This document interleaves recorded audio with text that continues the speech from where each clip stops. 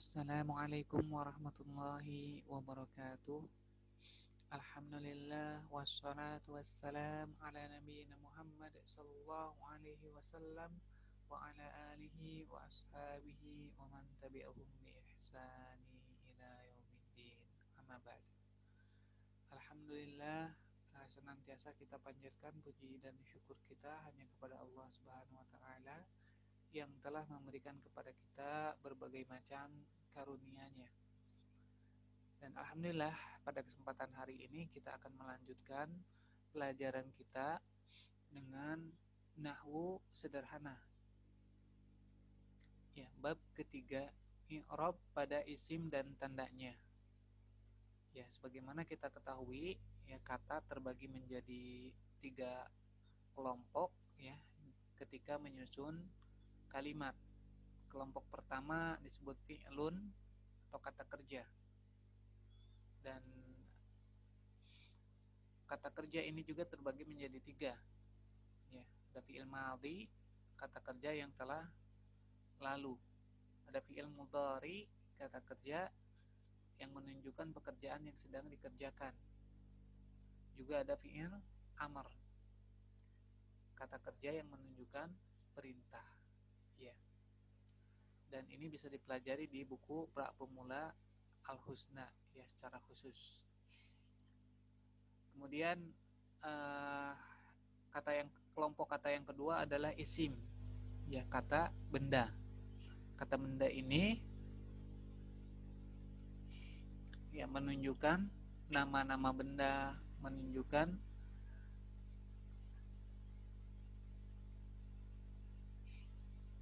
ada tanda-tanda yang menunjukkan bahwa kata tersebut termasuk dalam isim. Ya, diantaranya ada alif lam atau ketika ada tanwin. Dan ini bisa dipelajari juga secara bertahap. Kemudian kelompok yang ketiga ada yang namanya harf. Harf, yaitu huruf-huruf yang bermakna atau kata-kata yang bukan fi'il juga bukan isim, ya maka digolongkan ke dalam harf. Dalam susunan kalimat kalau bukan bentuknya fi'il, ya bukan juga bentuknya isim, maka digolongkan pada kelompok harf. Kemudian i'rab yaitu terjadi pada isim dan juga pada fi'il, ya terjadi pada isim dan juga terjadi pada fi'il. Sedangkan untuk harf ini bentuknya tetap atau istilahnya mabni. Ya, istilahnya mabni. Nah, yang akan kita pelajari adalah i'rab pada isim. Ya, kita akan mempelajari i'rab pada isim. Kita kuasai dulu i'rab pada isim dan tandanya. Ya, pada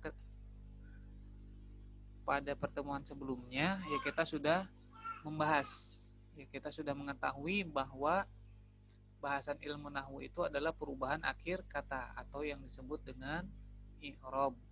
Ya, i'rab ini, keadaan akhir kata ini hanya ada 4 keadaan. Ya, rofa atau marfu, ya, nasab atau mansub, jar atau majrur, jazm atau majzum.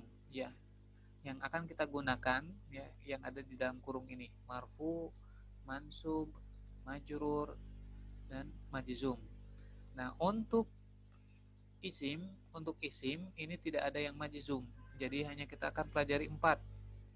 Dari 4 itu akan kita pelajari 3. Marfu, mansub, dan majrur. Ya. Ini ya, perubahan i'rab untuk isim hanya ada 3. Marfu, mansub, dan majrur. Kita ingatkan kembali, kita tidak perlu mengetahui definisi apa itu marfu, apa itu mansub, atau apa itu majrur. Tapi kita hafalkan ini adalah keadaan akhir kata ya, ketika membentuk suatu kalimat.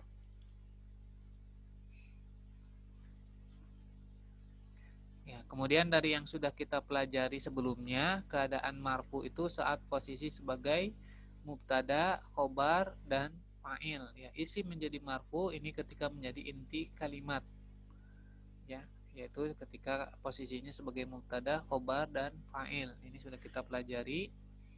Kemudian menjadi mansub ketika posisinya adalah objek maf'ulun bih ya, dan menjadi majrur ketika didahului oleh harf jar. Ya, kita lihat bagannya di sini.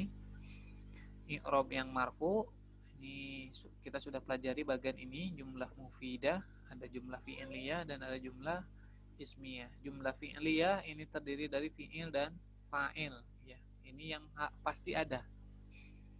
Nah, fa'il ini bentuknya pasti isim ya, maka ini fa'ilun marfu'un ya. Fa'ilun marfu'un, itu fa'il itu yang dalam keadaan marfu. Begitu pula ini mubtadaun marfu'un ya, ketika jumlahnya itu jumlah ismiyah maka i'rabnya atau ininya dulu ya, struktur intinya adalah mubtada dan khobar, dan dua-duanya dalam keadaan marfu. Jadi mubtadaun marfu'un dan khobarun marfu'un ya, ini mansub ketika menjadi maf'ulun bih, majrur ketika diawali oleh huruf jar, maka isimnya menjadi majrur. Kemudian untuk tanda-tanda i'rab, tanda-tanda i'rab ini ada tanda asli dan ada tanda pengganti, dan ini yang akan kita pelajari ya. Marfu tanda aslinya adalah dengan dhammah ya, dengan harokah dhammah. Jadi tanda asli untuk i'rab itu dengan harokah ya, dengan harokat atau dengan syakal. Kemudian mansub tanda aslinya adalah dengan fathah, kasrah, majrur tanda aslinya dengan kasrah ya. Jadi ini yang akan kita pelajari, marfu dengan dhammah, mansub dengan fathah, majrur dengan kasrah ya. Kemudian setelah kita menguasai bentuk tanda aslinya, nanti kita akan menguasai bentuk tanda pengganti masing-masing dari i'rab ini ya. Kita akan masuk sekarang ke tanda-tanda isim marfu ya. Tanda-tanda isim marfu tadi kita gunakan, kalimat yang kita gunakan jumlah ismiyah ya, yang terdiri dari mubtada dan khobar. Mubtada marfu, khobar marfu ya. Nah, untuk menguasai ini, untuk menguasai tanda-tanda pengganti, maka kita kuasai dulu pembagian isim ya. Pembagian isim ada berdasarkan jenis ya, ada mudzakkar dan ada muannats. Kemudian ada isim berdasarkan bilangan ya. Jadi kita ketahui dulu pembagiannya, isim berdasarkan jenis, ada mudzakkar, ada muannats ya. Kemudian sekarang kita akan pelajari isim berdasarkan bilangan ya. Ini kalau di pra pemula ini sudah kita bahas ya, insyaallah. Dan memang sebaiknya pelajari dulu buku pra pemula Al-Husna ya. Misalnya kata ini, kalimat ini, at-talibu mujtahidun.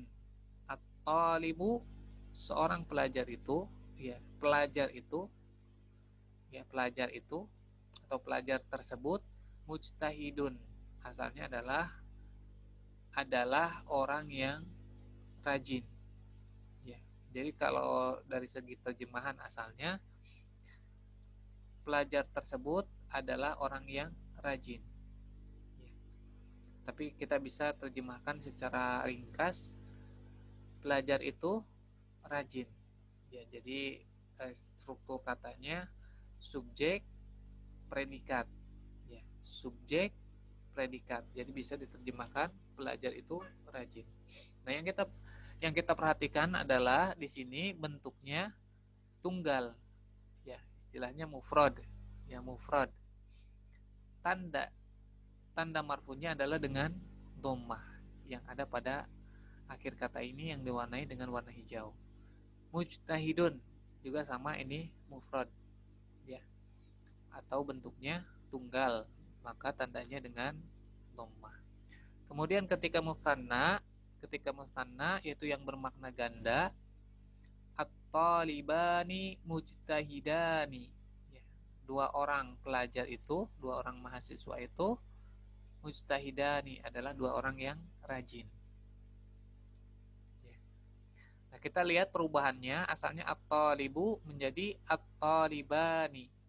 Ya, at-talibani, ya, ini mubtadaun marfu. Nah, di sini tidak ada dhamma, maka tanda pengganti yang nampak di sini adalah alif. Ya, alif. Alif ini sebagai tanda penggantinya. Ya. Adapun nun ini kalau di pelajaran nahwu lebih lanjut ini pengganti dari tanwin. Ya, jadi alifnya ini yang sebagai tanda pengganti bahwa kata ini, kata musanna ini adalah dalam keadaan marfu. Kemudian ketika dirubah menjadi jamak, ya, untuk mudzakkar ada istilahnya jamak mudzakkar salim, yaitu yang memiliki pola ditambah dengan wawu dan nun. Nah, wawu ini yang menjadi tanda marfu pada jamak mudzakkar salim. Ya, at-talibu menjadi at-talibuna. Mujtahidun menjadi mujtahiduna. Ya, ini tandanya adalah dengan dhammah. Jadi kalau di i'rab ini mubtadaun marfu'un wa alamatu raf'ihi al-waw. Kemudian untuk mudzakkar, ya, untuk mudzakkar tidak hanya dengan mudzakkar salim, boleh juga kita menggunakan jamak taksir. Ya, jamak taksir. At-talibu menjadi at-tullabu, ini para mahasiswa atau para pelajar. Mujtahiduna, at-tullabu mujtahiduna, para pelajar itu rajin. Ya, jadi ini kesimpulannya bisa kita dapatkan bahwa isim mufrad ya, atau yang bermakna tunggal, tanda marfunya adalah dengan dhammah. Isim musanna atau bermakna ganda, tanda marfunya adalah dengan alif. Kemudian jamak mudzakkar salim, tanda marfunya adalah dengan waw. Ya, jamak taksir ini tanda marfunya kembali seperti tanda asal, ya, dengan dhammah. Nah, ini perlu kita pelajari, ya. Nanti kita cari kata-kata yang sudah kita hafal, kemudian dirubah dulu, ya, kita rubah, ya, tasrifnya. Ini namanya tasrif lugawi. Misalnya ustadun, ya, ustadun, ustadani, ustaduna. Ya, insya Allah sudah bisa kita hafal yang seperti itu, ya. Jadi merubah dari yang maknanya tunggal kemudian menjadi musanna bermakna ganda dan menjadi jamak, ya. Kemudian perhatikan ini i'rabnya tadi sudah kita sampaikan, ya. Ini mubtadaun marfu'un wa alamatu raf'ihi ad-dhammatu, atau boleh juga dikatakan mubtadaun marfu'un bid-dhammati. Ya, mubtada marfu dengan tandanya dhammah. Kemudian keterangannya karena ini adalah isim mufrad. Ya, kemudian taribani tanda marfunya dengan alif karena kata ini termasuk mutanna. Mubtada marfu, tanda marfunya, tanda rofanya adalah dengan waw karena ini adalah jamak mudzakkar salim. Kemudian at-tullabu tanda marfunya adalah dengan ini salah, ya, tulisannya ini salah. Ini harusnya dhammah. Ya. Ini jamak taksir, tanda marfunya adalah dengan dhammah. Ya, sedangkan yang mujtahiduna ini jamak mudzakkar salim, tanda marfunya adalah dengan waw. Ya, kemudian untuk muannats ini juga sudah bisa kita pelajari, ya. Ketika ditambah dengan tak marbutoh maka maknanya menjadi muannats. Kalau tadi at-talibu menjadi at-talibatu. At-talibatu berarti mahasiswi itu. Mujtahidatun, ya, rajin. Kemudian untuk musannanya at-talibatani mujtahidatani. Ya, tanda marfunya adalah dengan alif. at-talibatu. Ya ini apa ini kayaknya belum diedit ini. Editan ke berapa? Ana lupa. Ini masih ada kesalahan-kesalahan ketik. At-talibatu mujtahidatun. Ya ini yang benar, at-talibatu mujtahidatun. Jadi di sini tandanya ini bukan alif juga ya, tapi yang dhammah ya, dhammah ini. Jadi tanda marfu'nya adalah dengan dhammah. Ya, tanda marfu'nya adalah dengan dhammah. Ya, ini perlu di cek ulang lagi. Ini banyak yang masih mungkin salah ketik ya, salah ketik atau salah penandaan. Jadi ini ringkasannya, tanda marfu pada isim itu dengan dhammah, ada juga dengan alif dan ada juga dengan wawu. Tanda yang dengan dhammah yaitu pada isim mufrad, ya, kemudian pada jamak muannats salim, kemudian pada jamak taksir. Sedangkan tanda alif ini hanya pada musanna. Tanda wawu ini hanya ada pada jamak mudzakkar salim, dan nanti ada yang disebut asmaul khamsah. Apa itu asmaul khamsah? Ya ini bisa kita hafalkan ya, yaitu kata abu, aku, hamu, fu, dan du ya. Dan ini ketika digabungkan dengan kata yang isim lain ya, atau istilahnya idhofah. Kata pertama menjadi mudhof, kata kedua menjadi mudhof ilaih. Nah, ketika menjadi mudhof ya, 5 kata ini ditambahkan huruf wawu. Ya, ini seperti abuka atau Abu Bakrin, Abu Hafsin. Ya, ini bacanya 2 harokat. Begitu pula akhuka. Ya, ini tanda marfunya adalah dengan wawu. Hamuka, tanda marfunya dengan wawu. Fuka, tanda marfunya dengan wawu. Du malin, ya katanya kata du ini. Du. Dzul jalali wal ikram. Ya. Dzu al-hijjah. Ya, dzul hijjah. Ya, maknanya adalah pemilik ya untuk du. Ya, untuk asmaul khamsah bisa kita hafalkan nanti. Ya, silahkan ini jawab pertanyaannya. Dan sebelum lanjut ke tanda-tanda isim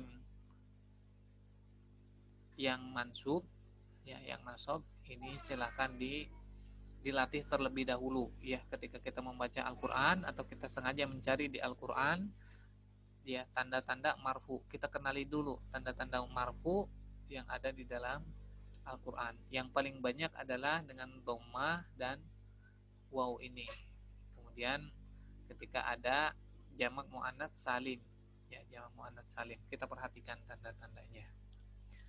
Ya, untuk kesempatan hari ini kita cukupkan. Alhamdulillah, jazakumullahu khairan. Assalamualaikum warahmatullahi wabarakatuh. Subhanallah.